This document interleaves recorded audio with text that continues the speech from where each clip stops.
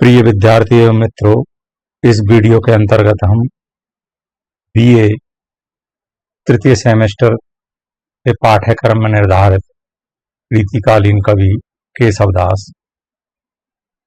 दास की रचनाओं में आए हुए समीक्षात्मक प्रश्न अथवा निबंधात्मक प्रश्न का अध्ययन करेंगे। केशव दास का पहला प्रश्न है, इसका टॉपिक है केशव की हृदयहीनता या केशव कठिन काव्य के प्रेत। इस टॉपिक से संबंधित गत परीक्षाओं में आए हुए प्रश्न इस प्रकार हैं जैसा कि स्क्रीन पर प्रदर्शित है। देखें, पहला, केशव ने काव्य रचना हृदय की प्रेरणा से नहीं अपितु पांडित्य के उद्देश्य से की है। इस कथन की समीक्षा कीजिए। यहां यह शब्द समीक्षा, आलोचना, विवेचन, मीमांसा एक ही बात है। अथवा में यहां देखें, केशव कठिन काव्य के प्रेत हैं, इस कथन की समीक्षा कीजिए। अथवा केशव हृदयहीन कवि थे, इस कथन की साधारण समीक्षा कीजिए। अथवा केशव को कवि हृदय नहीं मिला था, इस कथन की समीक्षा कीजिए। अथवा कवि को दैन ना चाहे विदाई, पूछो केशव की कविताई, इस उक्ति की साधारण मीमांसा कीजिए। कहने का मतलब है केशव एक हृदयहीन कवि थे अथवा केशव कठिन काव्य के प्रेत थे। इसी बात को यहाँ घुमा फिरा करके गत परीक्षा में प्रश्न पूछे गए हैं, जो निबंधात्मक। हमारे पाठ्यक्रम में निर्धारित समीक्षात्मक या निबंधात्मक प्रश्न 15 अंक का है। उसी 15 अंक के हिसाब से और टाइम को ध्यान में रखते हुए यहाँ हमने इस प्रश्न का समीक्षात्मक उत्तर तैयार किया है, जो आप लिए बहुत ही उपयोगी है। आगे देखते हैं। इसका उत्तर हमें इस प्रकार लिखना है। सबसे पहले उत्तर डाल करके कवि का नाम, हिंदी साहित्य और उसकी काल और धारा, इससे शुरू करना है, जैसा कि स्क्रीन पर प्रदर्शित है। आचार्य केशवदास हिंदी साहित्य की रीतिकालीन काव्य की रीतिबद्ध धारा के प्रवर्तक एवं प्रतिनिधि महाकवि हैं। इनके द्वारा रचित रामचंद्र का यानी महाकाव्य, कवि प्रिया, रसिक प्रिया आदि प्रसिद्ध रचना हैं। इनकी कविता में पांडित्य का प्राधान्य है, यानी इनकी कविता में पांडित्य की प्रधानता है। इसीलिए उसमें यानी कविता में प्रायः सहृदयता के स्थान पर बौद्धिकता के दर्शन होते हैं, भावुकता के स्थान पर हृदयहीनता के दर्शन होते हैं, और सरसता एवं सरलता के स्थान पर नीरसता एवं क्लिष्टता के दर्शन होते हैं।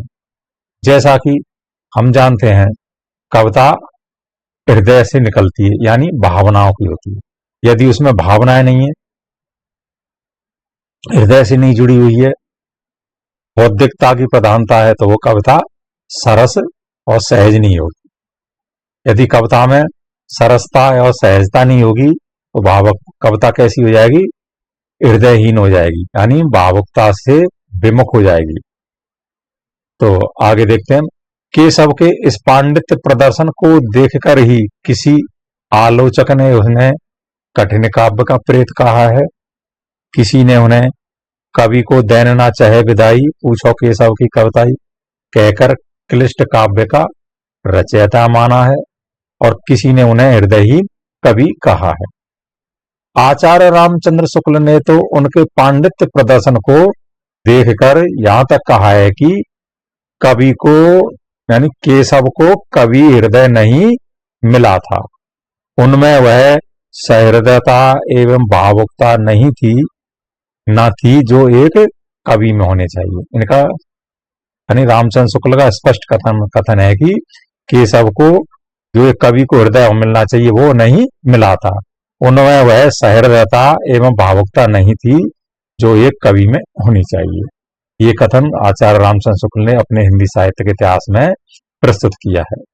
कहने का मतलब है आचार्य केशवदास ने अपने पांडित्य प्रदर्शन के लिए यानी अपनी विद्वता दिखाने के लिए यहाँ कविता पे इसका हृदय के स्थान पर बौद्धिकता या बुद्धि का प्रभाव डाला है। अब हम देखते हैं केशव की हृदयहीनता या केशव कठिन काव्य के प्रेस हैं, उस टॉपिक पर विस्तार से चर्चा करते हैं। केशव की कविता पर जो क्लिष्टता, हृदयहीनता एवं नीरसता का दोष लगाया गया है, उसका प्रमुख कारण पांडित्य प्रदर्शन की रुचि एवं चमत्कार विधान की प्रेरणा है और इसको कार्य रूप में परिणत करने के लिए उन्होंने अलंकार वैचित्र का सहारा लिया है। कहने का मतलब है केशव की कविता में जो कठिनता का या हृदयहीनता का आरोप लगाया, उसका प्रमुख कारण है पांडित्य प्रदर्शन की रुचि, यानी केशव को अपने पांडित्य की या विद्वता की प्रदर्शन की दिखाने की रुचि थी और चमत्कार विधान की प्रेरणा थी, यानी चमत्कार करना चाहते थे। इस बात को कार्य रूप में परिणत करने के लिए उन्होंने अलंकार वैचित्र का यानी अलंकारों की विचित्रता का सहारा लिया। जैसा कि हम जानते हैं रीति काल में 3 तरह के रीतिबद्ध कवि हुए। एक तो अलंकारवादी, छंदवादी और सर्वांग निरूपक। यह इस प्रकार कैसे हैं? रीति काल में मुख्यतः 2 तरह के कवि हुए थे, एक विशेषांग निरूपक और एक सर्वांग निरूपक। विशेषांग निरूपक में भी अलंकार निरूपक और छंद निरूपक। सर्वांग निरूपक ऐसे कवि थे जिन्होंने काव्य शास्त्र के सभी अंगों का निरूपण किया। केशवदार अलंकारवादी थे यानी अलंकार निरूपक कवि थे। तो आगे हम देखते हैं। वैसे भी केशव अलंकारवादी कवि थे, इसीलिए उन्होंने अपने काव्य में अलंकारों को सर्वाधिक महत्व दिया है। जैसा कि कवि प्रिया के अंतर्गत उनका स्पष्ट कथन है, यानी अपनी जो कवि प्रिया उनकी रचना है इसमें अलंकारों का उन्होंने विस्तृत विवेचन किया है। उसमें अलंकारों को महत्व देते हुए ये कुछ पंक्तियां कही हैं, जैसे कि स्क्रीन पर है, तो लाल में या रेड में हमने प्रदर्शित किया। यद्यपि सुदात सुलक्षणी सुवर्ण सरस सुव्रत भूषण बिन न विराज ही कविता बनिता मित। तो यहां जैसा कि कहा जाता है, जिस प्रकार से वनिता यानी स्त्री के शरीर के अंगों की शोभा अलंकार यानी उसके आभूषण बढ़ाते हैं, उसी प्रकार से कविता की शोभा बढ़ाने वाले अलंकार होते हैं। इसी बात को यहाँ महाकवि केशवदास ने इस प्रकार प्रदर्शित किया। यद्यपि, यद्यपि माने यद्यपि, सुजाति माने अच्छी जाति, सुलक्षणी माने अच्छे लक्षण वाली, सुवर्ण माने अच्छे वर्ण की, सरस सरस और सुब्रत, सुब्रत माने सुब्रत यानी अच्छी छंद या गति, अच्छी गति या छंद की। भूषण, भूषण मान आभूषण या अलंकार, बिन माने बिना, ना माने नहीं, विराज माने शोभित होती है, सुशोभित होती। कौन? कविता। और कौन? वनिता, वनिता माने स्त्री, मित्र माने दोनों, मित्र माने दोनों, यानी कविता और स्त्री यद्यपि वो कैसी हैं? सुजाति हैं, अच्छी जाति के हैं, सुलक्षणी है, अच्छे लक्षणों की है, सुवर्ण है और उसका अच्छा वर्ण है, सरस है और सुब्रत यानी अच्छी गति या छंद की है, भूषण यानी आभूषण के बिना नहीं सुशोभित होती है। कौन? कविता, वनिता, मित्र यानी दोनों ही। तो केशव में क्या था? अलंकार प्रिय था। केशव एक अलंकार प्रिय कवि थे, इसलिए हम आगे देखते हैं। केशव में अलंकार प्रियता होना कोई बात नहीं थी। अलंकारों का भावानुकूल प्रयोग करके वे अपने काव्य में पर्याप्त सरसता एवं भावुकता का समावेश कर सकते थे, किंतु उन्होंने उन अलंकारों को अधिक अपनाया है जिनमें शब्दों के खिलवाड़ मात्र की प्रधानता होती है, जो हृदय की अपेक्षा बुद्धि के बल पर लिखे जाते हैं और जिनमें कृत्रिमता एवं आडंबर की बहुलता होती है। श्लेष, यमक, विरोधाभास, परिसंख्या आदि ऐसे ही अलंकार हैं जिनके प्रयोग से उनका काव्य या कविता सर्वसाधारण के लिए क्लिष्ट, कठिन एवं दुरूह हो गया है, यानी समझने में क्लिष्ट, कठिन और दुरूह हो गया है। अब यहाँ हम एक एक उदाहरण देते हुए उनकी एक एक विशेषताओं पर या एक एक कारणों पर चर्चा करेंगे, इसके कारण वो कठिन काव्य के प्रेत या हृदयहीन कवि कहलाते हैं। प्रथम तो केशव ने अपने पांडित्य का प्रदर्शन करने के लिए एक ऐसी द्विअर्थक शब्द योजना, द्विअर्थक माने जिसके दो अर्थ निकलते हैं, ऐसी शब्द योजना की है जिसका अर्थ लगाना बड़ा कठिन कार्य है। यानी इसका ऐसी दो, जिसके ऐसे दो अर्थ हैं, इनका अर्थ लगाना बड़ा ही कठिन कार्य है और जो बड़े बड़े विद्वानों के लिए भी बड़ा ही दुर्बोध है। उदाहरण के लिए केशव की रामचंद्र का से हम उदाहरण देखते हैं। केशव की रामचंद्र का से यह वर्षा वाला यह कवित्व द्रष्टव्य है। यह कवित्व किष्किंधा कांड के वर्षा वर्णन से लिया गया है। इसके दो अर्थ हैं, एक अर्थ है कालका के पक्ष में और दूसरा है वर्षा के पक्ष में। जैसे उदाहरण है, भौहें सुरचाप चारु प्रमुदित पयोधर, भूसई जराई ज्योति तड़त रलाई है। यानी हम पहले काल का पक्ष में इसका अर्थ देखते हैं।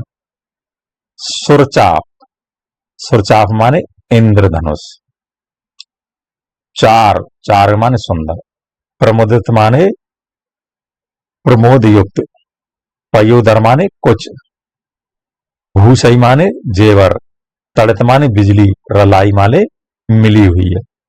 अर्थात इंद्रधनुष ही जिसकी भौं है, सुंदर भौं है, इंद्रधनुष ही जिसकी सुंदर भौं हैं, घने और बड़े बादल ही जिसके उन्नत कुछ हैं, बिजली की घटा ही जिसके जड़ाऊ जेवरों की चमक है, जिसने अपने मुख से सहज में ही चंद्रमा की शोभा दूर कर दी है। यानी कहने का मतलब है इंद्रधनुष ही जिसकी सुंदर भौं है, भौं सुरचाप चरु प्रमुदित पयोधर, घने और बड़े भूसई जराई ज्योति तड़त रलाई है। घने और बड़े बादल ही जिसके उन्नत कुछ और बिज्जु घटाई जिसके जड़ाऊ जेवरों की चमक है। अब दूसरा पक्ष यानी वर्षा के पक्ष में अर्थ देखते हैं, उसकी भी कुछ मीनिंग फिर अलग है। शब्द भौं, भौं माने भय या डर, सुरचाप माने इंद्रधनुष, प्रमुदित पयोधर माने उमड़े हुए बादल या घनघोर घटा, भू माने पृथ्वी, खा माने आकाश, नजराय माने देखती है, तड़ित माने बिजली, तरलाय माने चंचलता। यानी हर्षित होकर ऐसी वर्षा ऋतु आई है जिसमें अनेक भय हैं, इंद्रधनुष है, उनकी यानी उन्नई हुई घनघोर बादलों की घटा है और भूमि तथा आकाश में चंचल बिजली चमकती दिख पड़ती है। कहने का मतलब है यहां वर्षा और काल का पक्ष में इसके दो अर्थ आए हैं। इन अर्थों को इस तरह के तोड़ मड़ोड़ करके प्रस्तुत किया है और इनका अर्थ समझना बड़े बड़े विद्वानों के लिए कठिन और दुरूह है। इस बात को हम इस प्रकार लिख सकते हैं जैसा स्क्रीन पर है। इस पद में केशव ने कालका और वर्षा की द्विअर्थक रूप में अंकित किया है, वर्षा को द्विअर्थक रूप में अंकित किया है, जिसको तोड़ मरोड़ कर ही कालका तथा वर्षा के पक्ष में अर्थ लगाया जाता है, जो अच्छे अच्छे विद्वानों के लिए कठिन एवं दुरूह हो गया है। दूसरा कारण, केशव ने कोरे शब्द साम्य को आधार बनाकर श्लेषात्मक काव्य रचना की है, जिसमें शाब्दिक खिलवाड़ मात्र के अतिरिक्त कहीं भी भावुकता एवं सरसता दिखाई नहीं देती है। यथा जैसे कविता है, उदाहरण है, पांडव की प्रतिमा समलेखो, अर्जुन भीम महामती देखो। यह उदाहरण यानी दूसरे कारण का उदाहरण अरण्य कांड के पंचवटी वर्ण यानी अरण्य कांड के पंचवटी वन वर्णन से लिया गया है। ये राम का कथन है, किससे? लक्ष्मण से। राम लक्ष्मण से कह रहे हैं कि पांडव की प्रतिमा समलेखो, अर्जुन भीम महामती देखो। यानी पांडव, पांडव मान यह वन, यानी इस वन की बात कर रहे हैं, किसकी, पंचवटी के वन की। यह वन पांडव यानी महाराज पांडु के पुत्र, पांडव का अर्थ है महाराज पांडु के पुत्र। अर्जुन, अर्जुन माने तृतीय पांडव, और इसका दूसरा अर्थ है अर्जुन नामक वृक्ष, इसको कको वृक्ष भी कहते हैं। भीम, सम माने समान, लेखो, भीम माने यानी दूसरे पांडव, और इसका दूसरा अर्थ है अम्लवेत वृक्ष। सम माने समान, महामति माने बसाल। तो यहां कवि ने इसके राम के माध्यम से लक्ष्मण से कहा कि हे लक्ष्मण, यह वन तो पांडवों की प्रतिभा के समान प्रतीत होता है। पांडव प्रतिमा सम लेखो, लेख मान प्रतीत होता है, क्योंकि जैसे पांडवों में अर्जुन और भीम हुए थे, वैसे ही यहाँ अर्जुन यानी कुकुब और अम्लवेत के वृक्ष हैं। अतः यहां कवि ने कोरे शब्द साम को अपनाकर दंडक वन को पांडवों की प्रतिभा के समान बताया है, क्योंकि पांडवों में जैसे अर्जुन और भीम थे, वैसे ही दंडक वन अर्जुन, कुकुब तथा भीम अम्लवेत वृक्ष के विद्यमान थे। अतः श्लेषात्मक शब्द योजना कोरे शब्द साम्य के कारण क्लिष्टता का कारण बन गई है।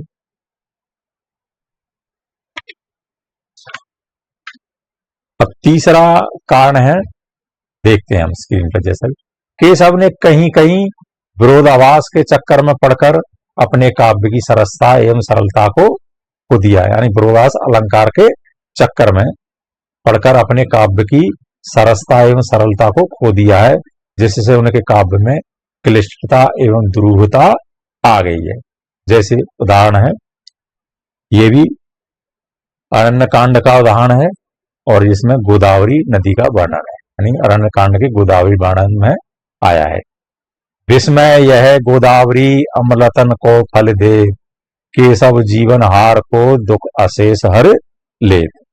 यानी विष का अर्थ है जल और जहर, अमृतन का अर्थ है सुधा और देवता, जीवन हार का अर्थ है सांसारिक जीव और पानी पीने वाले या पानी पीने यानी पानी का हरण करने वाले। अशेष माने समस्त, हरण माने हरण कर ले।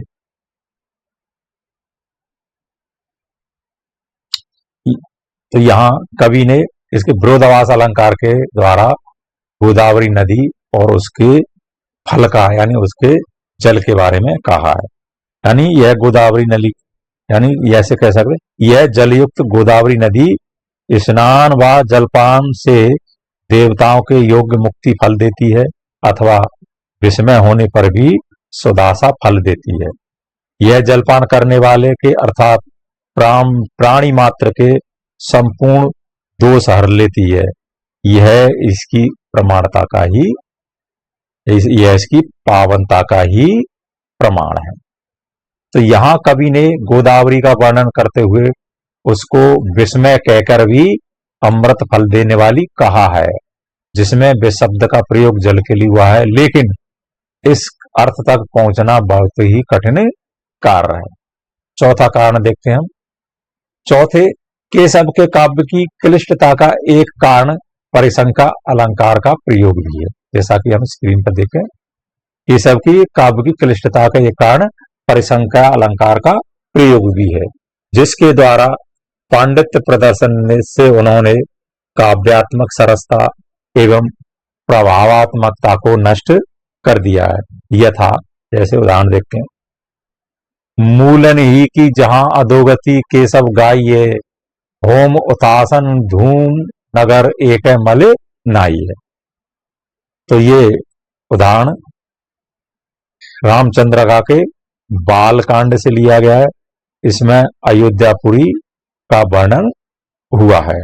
यहाँ विश्वामित्र का कथन है, यानी अयोध्या और अयोध्या के वासियों के बारे में विश्वामित्र कह रहे हैं क्या, मूलन माने जड़ों, अधोगति माने नीचे जाना, गिरावट या पतन, उतासन माने अग्नि, एक है माने एक ही, मलिनाय माने मैलापन। अयोध्या में यानी मूलन ही की जड़ें अधोगति, यानी अयोध्या में वृक्षों की जड़ें ही नीचे जाती हैं, ऐसा केशव दास कहते हैं, गाते हैं। यहाँ के निवासियों की अधोगति बुरी दशा नहीं है, यानी अयोध्या में वृक्षों की जड़ें ही धरती में जाती हैं, जमीन में जाती हैं, परंतु यहाँ के निवासियों की अधोगति या बुरी दशा नहीं होती है। दूसरी बात, होम हुतासन, होम माने होम करना, हुतासन माने अग्नि, यानी यहाँ केवल एकमात्र होम या हवन के धुएं में हवन में अग्नि जलने से धुएं में ही मलिनता दिखाई देती है, अर्थात लोगों का हृदय यहाँ मलिन नहीं है, यानी लोगों के हृदय में कोई दुर्गुण नहीं है, यानी उनके हृदय बिल्कुल साफ है। अतः जैसा कि स्क्रीन पर हमने लिखा है, यहाँ कवि ने अयोध्या वासियों की विशेषता बताने के लिए परिसंख्या अलंकार का बड़ा ही कठिन प्रयोग किया है। इस अर्थ तक समझना बड़ा ही टेढ़ा काम। पांचवें कान या पांचवी विशेषता, केशवदास ने पांडित्य प्रदर्शन हेतु अलंकारों के सहारे क्लिष्ट कल्पना का भी प्रयोग किया है, यानी केशव ने अपने पांडित्य प्रदर्शन के लिए अलंकारों के सहारे क्लिष्ट कल्पना प्रयुक्त की है, जिससे काव्यगत सहज सरसता और सहृदयता नष्ट हो गई है। जैसे कि एक उदाहरण है, कवि कुल विद्याधर सकल कलाधर, कवि कुल विद्याधर सकल कलाधर, राज राजबर वेश बने। यह पद रामचंद्र का के किष्किंधा कांड से, रामचंद्र का के यह बाल कांड से ली गई है। इसमें कवि ने अयोध्या नगरी या अवधपुरी का वर्णन किया है। तो इसमें क्या कहा है, कवि कुल विद्याधर सकल कलाधर, राज राज बर वेश बने। तो यहां प्रत्येक पंक्ति के कुछ दो अर्थ से निकलते हैं। कवि कुल माने शुक्राचार्य और कवि समूह। एक अर्थ है कवि कुल का शुक्राचार्य और दूसरे का अर्थ है कवि समूह। विद्याधर का एक अर्थ है देवताओं की एक जाति और दूसरा अर्थ है विद्या को धारण करने वाले अर्थात विद्वान। सकल माने संपूर्ण, कलाधर माने एक अर्थ है चंद्रमा और दूसरा है कलाकार। राज का अर्थ है, एक अर्थ है कुबेर और दूसरा अर्थ है राजाओं के राजा। वर माने उत्तम, वेश माने वेशभूषा से बने हुए हैं। तो यहां केशवदास ने कहा है कि अयोध्या नगरी देव सभा से भी बढ़कर है, क्योंकि देव सभा में तो एक ही कवि शुक्राचार्य हैं, लेकिन यहां पर कवियों का समूह है। देव सभा में विद्याधर नाम की एक देव जाति के ही लोग हैं, किंतु यहाँ सभी लोग विद्या को धारण करने वाले अर्थात विद्वान हैं। देव सभा में कलाधर अर्थात चंद्रमा एक ही है, किंतु यहाँ तो अनेक कलाकार हैं। देव सभा में उत्तम वेश धारण करने वाले केवल क्या है, एक कुबेर ही हैं, किंतु यहाँ पर राजाओं के राजा अर्थात महाराज का वेश धारण करने वाले अनेक व्यक्ति हैं। तो जैसा कि स्क्रीन पर हमने लिखा है, यहाँ कवि ने अयोध्या को देवपुरी यानी देव सभा के समान बताने के लिए श्लेष एवं मुद्रा अलंकार का प्रयोग किया है, यानी श्लेष और मुद्रा अलंकार द्वारा अद्भुत कल्पना की है, जिसमें चमत्कार प्रदर्शन के कारण कठिनता आ गई है। अथवा इसका एक दूसरा उदाहरण भी देखते हैं। यह उदाहरण रामचंद्र का के बाल कांड से ही लिया गया है। इसमें सूर्योदय का वर्णन है, अर्थात इसमें कवि ने प्रातः काल के उदित लाल या लालमा युक्त सूर्य का वर्णन किया है। जैसे कैसरोणित कलित कपोल यह किल कापालिक काल को। तो यहाँ कवि ने कई और भी पंक्ति कहते हुए यहाँ एक ही जबरदस्त पंक्ति कही है, ये बहुत ही कठिन है, इसके अर्थ को समझना बड़ा ही कठिन कार्य है। यानी प्रातः उगते हुए प्रातः काल युक्त सूर्य ऐसा लग रहा है, या कै माने या अथवा श्रोणित माने रक्त से सुशोभित या सना हुआ। श्रोणित कलित का अर्थ है श्रोणित कलित रक्त से सुशोभित या सना हुआ। कपोल माने खोपड़ी, यह यानी सूर्य के बारे में। किल माने निश्चय ही। कापालिक माने कापालिक। काल को माने काल रूपी कापालिक।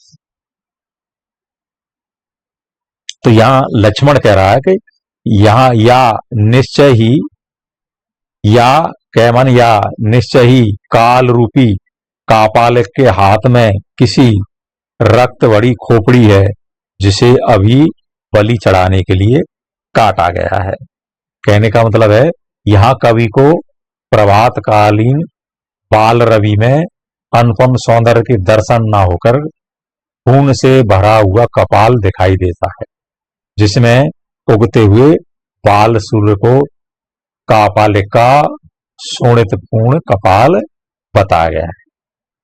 तो मित्रों एवं विद्यार्थियों, हमने इस निबंधात्मक या समीक्षात्मक प्रश्न के 2 पार्ट किए हैं। इसका पहला पार्ट केशव की हृदयहीनता यहाँ पूरा होता है। इसका दूसरा पार्ट, इसका दूसरा पक्ष केशव की सहृदयता अगले पार्ट में दिखाएंगे। उसके लिए अगली वीडियो देखें।